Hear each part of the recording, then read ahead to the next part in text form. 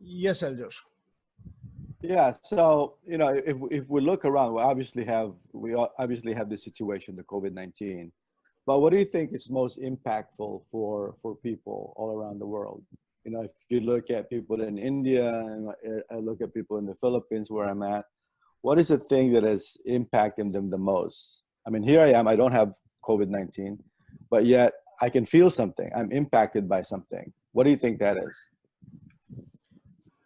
I think there are many dimensions here, Aljor. Okay. I think there are, at one level, people are worried about their health and people are worried about contracting COVID, or people in their family contracting this virus, right? Mm, And there is a huge fear around that, right? And especially given that there is no known treatment or reliable treatment, reliable process, and doctors are falling ill and doctors are dying, and mm, some of the hospitals are getting closed. So there is a, I would say, a genuine fear around it. So that's one aspect of it, right?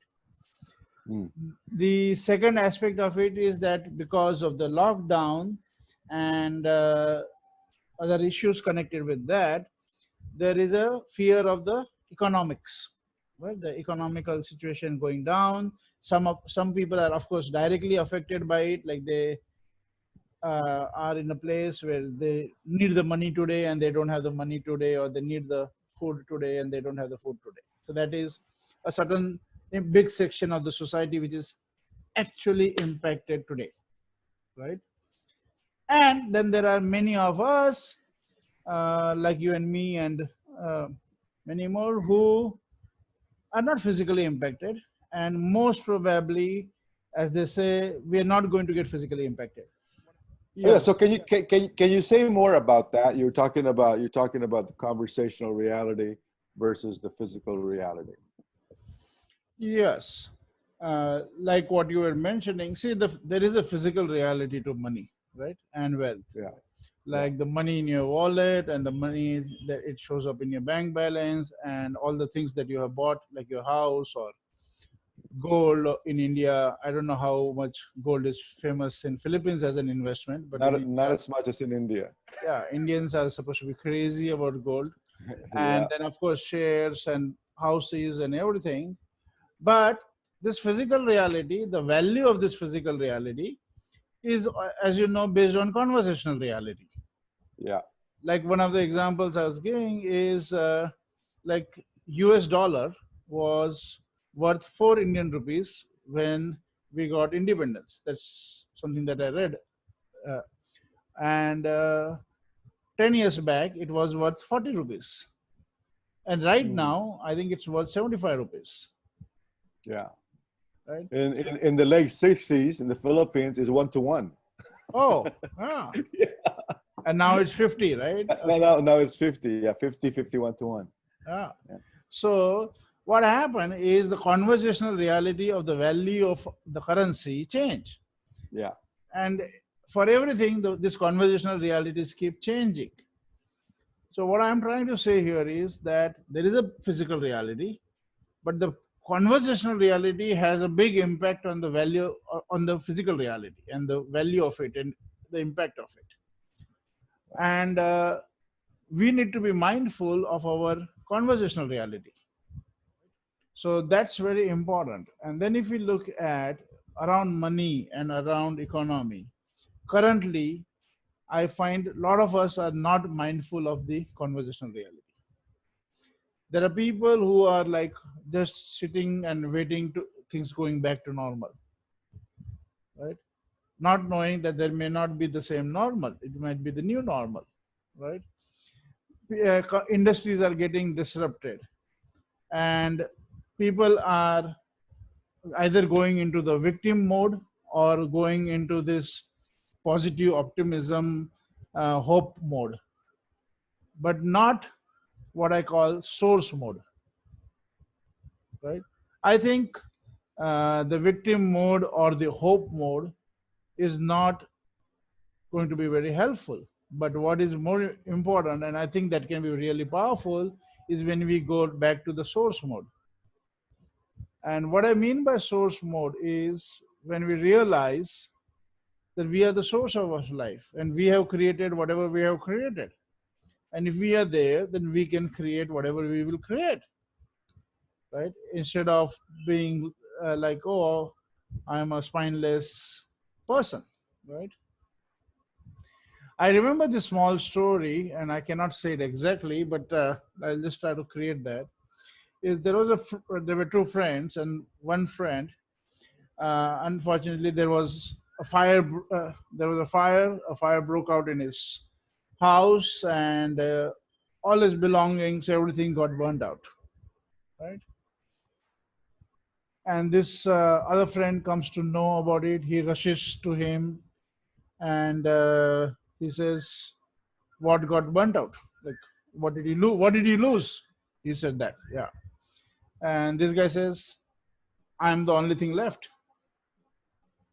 And then that guy kind of hugs him and says, "Oh, then that means you didn't lose anything." And I it get it. when I read this for the first time, it really touched me. Like, I was moved, right? That one is, of course, you need to have that kind of friend who can help you remind yourself that you are the Yeah. source, Right. not all your products and services or everything else that you created, right? You are the source. So I think that's important, that people need to get connected to that they are the source of their life, right? And not only that they can source their life, but they can be the source in their environment. Like they can actually be the creators of positive and stuff in their life and in their environment. So that's what I mean by being in the source mode. I was recently having an interaction with a team of entrepreneurs, and uh, I was asking them, what are those moments when you felt really powerful, really connected to yourself, right? And most of them went back to their early career where they had all this passion and they were creating stuff. And I asked them, what was the orientation at that time? Were you worried about survival? Because in most cases, you had much less money and much less stuff than you have right now, right? So, but at that time, were you worried about survival, or what were the focus? And unanimously, everybody said at that time they were focusing on serving. They were focusing on creating something, making something available to people, right? Not a single person had a different answer. It was the same. At that time, I was in a creation space. I was in a space of making something available to the people.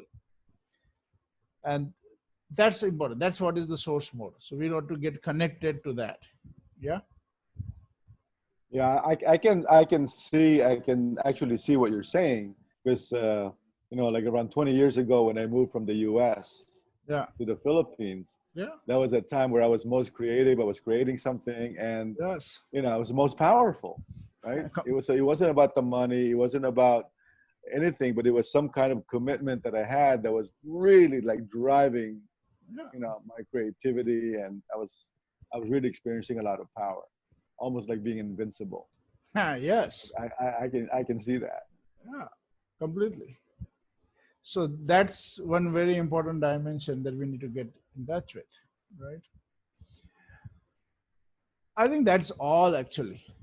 And then you can go deeper into it. But I think if you get that, that's like you on the right track, right? Yeah, I think what you're saying, if I get this, if I'm getting this, that most people why they don't have a lot of power in times like this, uncertain times like this, they start to identify with their results, the things that they have created, Yeah. the houses, the business, right? And they somehow forget that they were the source of that. That if Yes. any of that goes away, they can recreate it again. Yeah. you know and somehow people forget that, so they start surviving. Yeah. And fear is not a great place from where you can provide leadership, right? So got to be from some other place, and that place is being the source and being of service. So I remember this quote from Bill O'Brien, right? And Dr. Otto Scharmer of MIT keeps talking about that, or has mentioned that a couple of times, that the success of the intervention depends on the interior condition of the intervener, which Correct. means the success of what we do, whatever we are up to, whatever projects we are up to, the success of that depends on our interior condition. And Well state. Yeah. we need to be mindful of that. We need to take care of that. We need to be aware of that. And I think there are three kind of dimensions or three phases of this interior condition. So if you ask what is this interior condition, I would say first is the intention, right? What is your intention? And I can go a little deeper into it. And the second is the attention, and the third is the presence. Okay, so intention, attention, and presence. And if you look at, you can have two kinds of intention. One I call them as ego intention, and what we mean by ego is thinking of a boundary, thinking within a boundary. When I say me, my people, my company, my country, whatever, so there's a boundary that I'm creating in it, right? And there is an eco intention. An eco intention is where you're looking at the world working for everybody, or you're looking at how can you contribute to more and more people. It is more inclusive in nature instead of exclusive in nature. Somehow we have been very proud of the exclusive, but what we forgot is in excluding things, excluding people, excluding, ultimately you're excluded yourself. You got disconnected from yourself, Mhm. right? So when your intention is eco in nature, which is about service, about including people, about being mindful of the benefit of all or majority of people, I think that gives you a different power.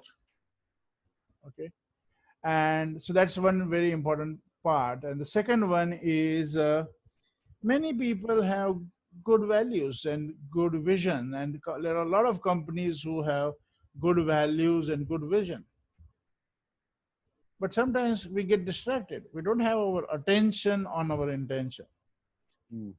right? We don't have our attention on vision, and these are the times when your vision, your values, if you're not going to live them right now, if they're not important right now, then are they really important, right? Right.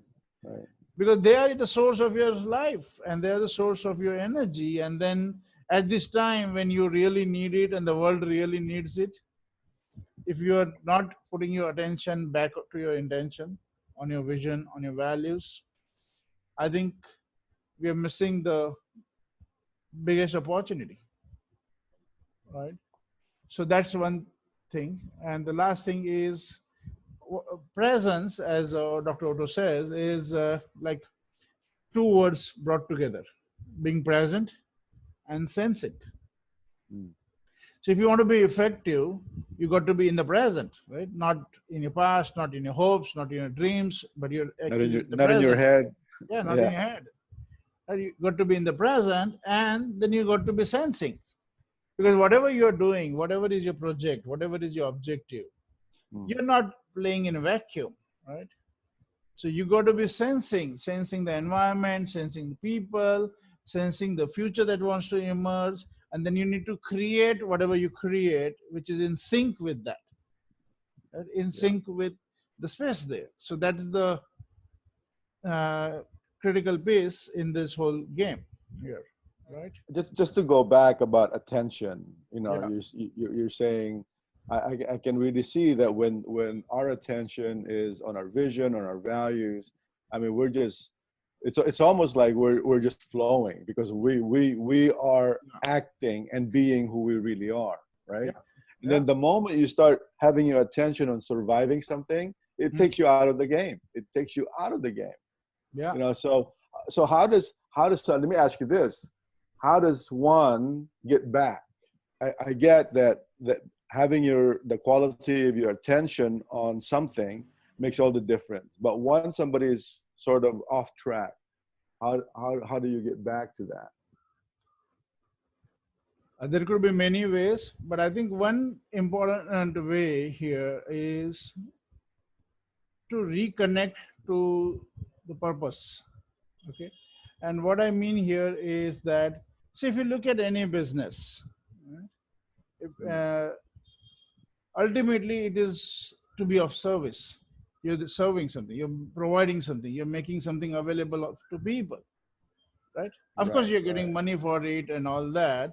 But if you can orient around what is the value that you're providing to the society, right? What is the service you're providing to the society?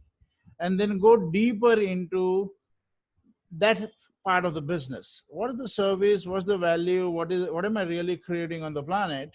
And if you connect to that, and then you see, okay, who needs that service, right? You will see that it's not the small set of customers that you're working with, but it's actually something which is like a need for many more people, like many times over, right? And when you orient around that, and when you orient around being of service, I think you will not have to worry about your survival. So Gotcha. what I think is one important step is to connect to the service and contribution part of your business, right? And I was coaching an entrepreneur recently, and he has a lot of orientation on contribution. Okay. But for him, it was like, oh, I have to do business and I have to earn my money, and I also want to do contribution. Right. It's not two distinct things. He was saying as two distinct things. And I said, Yeah, no. yeah, yes, yeah. It's How one and the about same. you looking at your business itself as a contribution? Correct. Yeah. Because every business, if mostly from whatever I see, has a contribution. You're making a difference somewhere. You're contributing. You're Right. making something available, making something possible. You're serving people, right? Mm, mm. And I think if we go really deep dive into it, that orientation, that will flip the game. And but you'll be fulfilled. You'll be at source. You will be creative. Your Yeah, people will be fulfilled. Your people will yeah. be at their best, creative best, right? And since you will be adding value to the world will want you, Mm. right? So and when the world wants you, you don't have to worry about your survival. Right, right. It's great. Great. Like, so I recently coined one word, which is, I'm trying to find some better word for it, but right now I'm using the word, this is the time to be customer fanatic. This is the time to be value fanatic. Like really add value, really serve, really go out of your head to be of service to people. Okay. Mm. And because this is the time when if you really serve people, this is the time they need, right? If you really serve people, this is the time you can win their heart, right? And this is the time when you can actually connect to their soul, and you can Mm. become part of the, like they fall in love with you, they include you as part of their life. And Right. if companies use this as an opportunity to win the heart of people, right, be like provide some real value, yeah, I think that would be great. Yeah. But I can see that needs to be really intentional, because especially at a time like this, the tendency is to try to survive rather than Yeah, looking at yourself as some contribution to society. yeah, I was Go ahead. coaching very senior executive in an insurance company Mm. recently, and they said that in their country also, I don't want to name the country, but in their country also, like India, they had a lockdown. They have a lockdown, right? And all the salespeople and everybody, the lockdown actually got extended. So the salespeople and everybody were waiting for the lockdown to get over so that they can run after their quota, right? And the lockdown got extended, and now they're all worried how they're going to do sales in this situation, how they're going to meet their targets and everything else. And I said, yeah, I understand all that, but maybe this is the time to think differently. And Mm. I was creating with them that maybe this is the time to actually serve, and sales will come out as a function of that, but really got to serve. And I asked him, okay, how many customers you have? And in that country, of course, it's a big company, but in that country, he said that they have some 250,000 Mm. customers, right? 2.5 lakh customers. And of course, from Indian standards and many other standards, that is low, but that's what's so in the country and that company. And I said, okay, if you actually looked at how can you add value to this 250,000 people right now?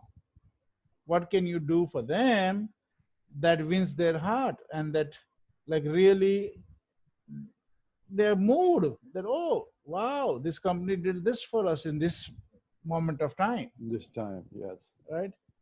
They said, oh, we have contributed to the government of a certain fund, right?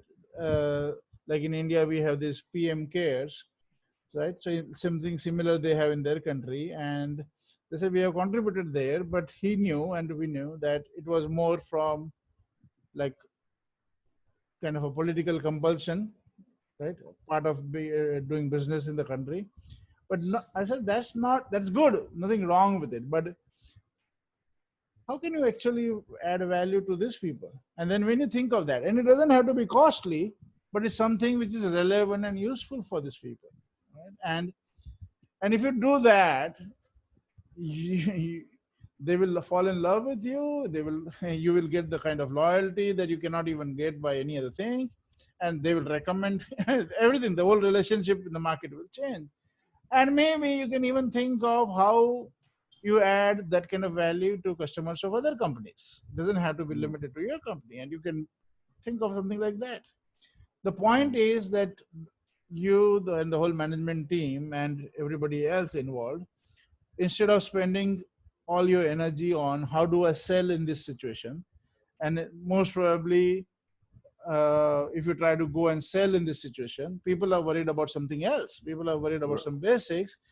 You're Right, mostly not going to get the response, and most likely you're going to be just an irritant. right, right. But if you get oriented around being of service, maybe this is the time to actually alter the whole game, alter the whole Yeah, industry, alter your positioning in the industry forever. yeah. Right? But as you said, it will require a switch in the mindset of the management. Yeah, I mean, I can really see that. I mean, even if nothing happens, the fact that you actually try to approach people and try to be of service, they will remember you. Yeah. You know, they'll actually start loving your service or what your company or something like that. I could really see that. If I look at there was this other company that we are coaching, you know them. Yeah, So this is an event management company, right? And in this COVID situation, all the events got cancelled, and they were like, "Oh, an event which was scheduled for March is now postponed to October," and it's like they couldn't do anything about it, right? right. Like they're And out of they went into like complete uh, vacation mode. vacation mode, demotivated. We don't know Yeah, how the future will look like. We will right. come back when the sun shines, kind of thing, right? And I said, if you look at, of course, you are impacted, definitely. But let's look at how your customers are impacted and what's the cascading effect of it, right? So one of their customer is an automobile company, and the other one is a bank, a banking association, right? And like that, they have 50 good customers. And we were just looking at what would be the impact if this automobile company's sales went down by 50%. And we were just doing an hypothetical discussion. And what we felt is, if you look at the workers and the automobile industry has all these various vendors who are providing certain Right. services and products. The parts. Yeah. Yeah, and then there are showrooms and this and that. Yeah. And given the size of the company, we felt that it could, if they were to reduce their manpower, it could affect at least 25,000 families. Right? And I said that if you work with them and if you could contribute to them right now, so that they can, right, they can manage their business appropriately, you are in a way not just taking care of them, but you're taking care of this 25,000 families. Mm. And then I said, you could actually go one step further and you can create with this company, right, of how can they be of great service to their customers. To their customers, yeah. So this automobile company, again, of course, not going into the names, but is, I think, the third or the fourth ranking in their country, right, in terms of market share and all that. Yeah. So I said, if they were oriented around, okay, we have all these customers. What are the problems customers are facing, right? And how can we be of service to those customers right now? Again, they get oriented around winning the heart and being of real service at this time of need. Right. And if they provided that to their customers, and I don't know exactly, but I'm sure they have millions of customers in that country, right? That would be a game changer. And then, God forbid, if they were smart enough to actually make that kind of service available to other customers, then they could actually change the whole economics. Right? They could actually change the way the brand is perceived, the way the customer thinks about the relationship, everything, right? And the future market share, I can only see it going up.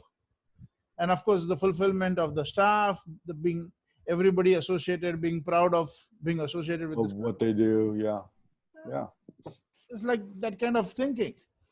That's what we are trying to create with our customers, our clients, whom we are coaching. And I guess we could take a look at that for ourselves too. I think that's what we are doing. Like, for example, there's times, right? Yeah, I mean, we could easily sort of retreat, but instead we're leaning in and really providing whatever we need to provide, such that our customers can be empowered at this time. Yeah, like, as you know, one of our associates is a lean management consultant, right? And he has around 100 customers that he's providing this lean management coaching. Right?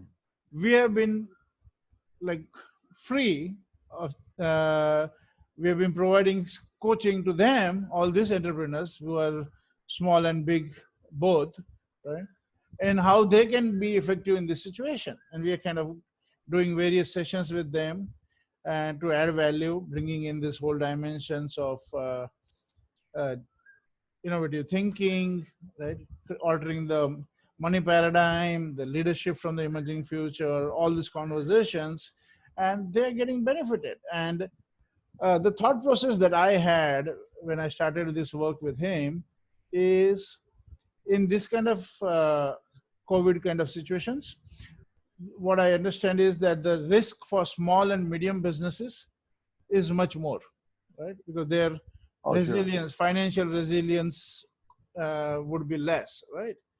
And economy is like these are the majority players, right?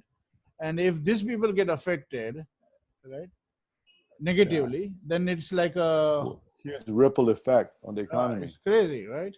So if we can somehow empower these small and medium-sized businesses, and from the work that we are doing, when people are able to connect to themselves as the source, people are able to get back to this service orientation, people are able to get back to thinking of these times as an opportunity to be of real value addition to the customers. I think they are getting empowered, they are getting energized. And if you can do that for everybody, all the entrepreneurs, that would be great. And I wouldn't worry about how much money we are getting out of it, and for all we care, right? But I think this is what is the need of the hour. Yeah, and it's consistent to really look at our business as contribution. You know. Yeah, as our purpose, which is transforming the consciousness with which organizations, society, and individuals operate. Yeah, yeah, great, awesome. Thank you very much, Aljor, for this opportunity. Thanks for sharing and having this conversation with me.